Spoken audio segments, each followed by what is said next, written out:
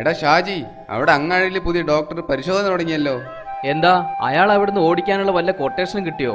അയാൾ താനെ ഓടാനുള്ളൊരു സാധ്യതയുണ്ട്, അത് പറയാനാ വന്നത്. എന്നാൽ അത് ആദ്യം പറ. അവിടെ പുറത്തൊരു ബോർഡ് എഴുതി വെച്ചിട്ടുണ്ട്, ഫീസ് 50 രൂപ, രോഗം മാറിയില്ലെങ്കിൽ 500 രൂപ തിരികെ തരുമെന്ന്.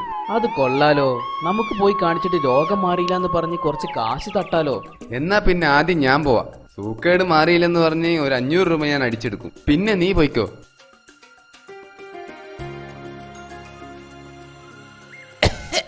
അങ്ങോട്ട് കയറി പോര്.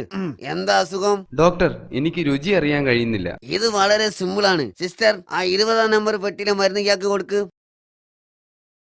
ഛേ, ഇത് മണ്ണെണ്ണല്ലേ? അതെ, രുചി അറിയാൻ പറ്റുന്നില്ല എന്നല്ലേ പ്രശ്നം? മാറിയില്ലേ? 50 ഉറുപ്പ്യ വെച്ചിട്ട് പോയിക്കോളി. ഇയാൾ അങ്ങനെ വിട്ടാ പറ്റില്ല, നാളെ ഒന്നുകൂടി വരണം.